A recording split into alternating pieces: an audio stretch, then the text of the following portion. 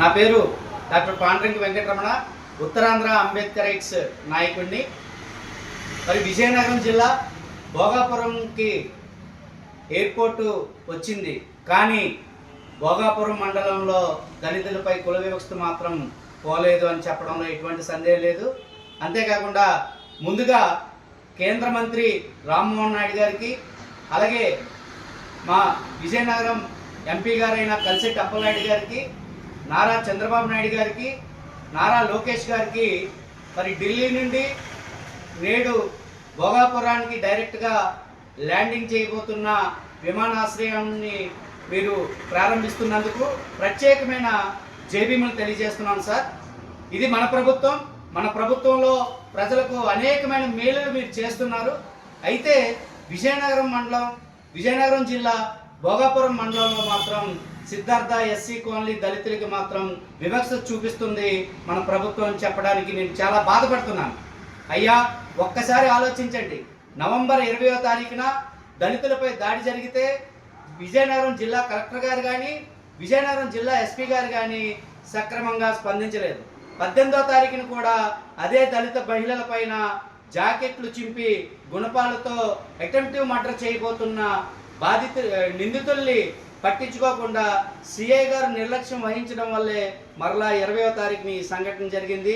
అయ్యా, మేము ఒకటే కోరుతున్నాం, మరి ఓసీ కులస్తులైన వారు ఎవరైతే ఉన్నారో వారి యొక్క మురుగునీరుని ఉద్దేశపూర్వకంగా ముంజేరు నుంచి ముక్కం యథావిధిగా వెళ్ళవలసిన కాలువని మూసివేసి ఎస్సీ కాలనీ వైపు మళ్లించడాన్ని మేము చాలా తీవ్రంగా ఖండిస్తున్నాం.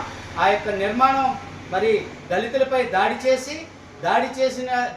చేశారని చెప్పి ఎస్సీ కమిషన్ చైర్మన్ గారు విజయనగరం నవంబర్ 20వ తారీఖున వచ్చినప్పుడు వారిని కలిస్తే అక్కడ మమ్మల్ని ఉంచి కాలువని దగ్గరుండి లా అండ్ ఆర్డర్ డిఎస్పీ గారు కట్టించడాన్ని మేము జీర్ణించుకోలేకపోతున్నాం. అయ్యా, మాకు న్యాయం చేయండి. బాధితులు ఎవరైతే ఉన్నారో వారు ఇప్పటికీ 2 నెలలు కావస్తుంది. రిలే నిరాహార దీక్ష భోగాపురం మండలం పోలీస్ స్టేషన్ ఎదురుగా రిలే నిరాహార దీక్ష చేస్తే విజయనగరం జిల్లా కలెక్టర్ గారు, మా కలెక్టర్ గారు గౌరవ రామసుందర్ రెడ్డి గారు ఈ రోజుకి కూడా స్పందన లేదు, వారిని పరామర్శించలేదు. వారికి మీ బాధ ఏంటని కూడా కనీసం కనుక్కునే వెసులుబాటు కూడా లేదు. అయితే ఈరోజు భోగాపురం ఎయిర్పోర్ట్కి మరి కేంద్ర మంత్రి గారు, మరి ఎంపీ గారు అందరూ వస్తున్నారు.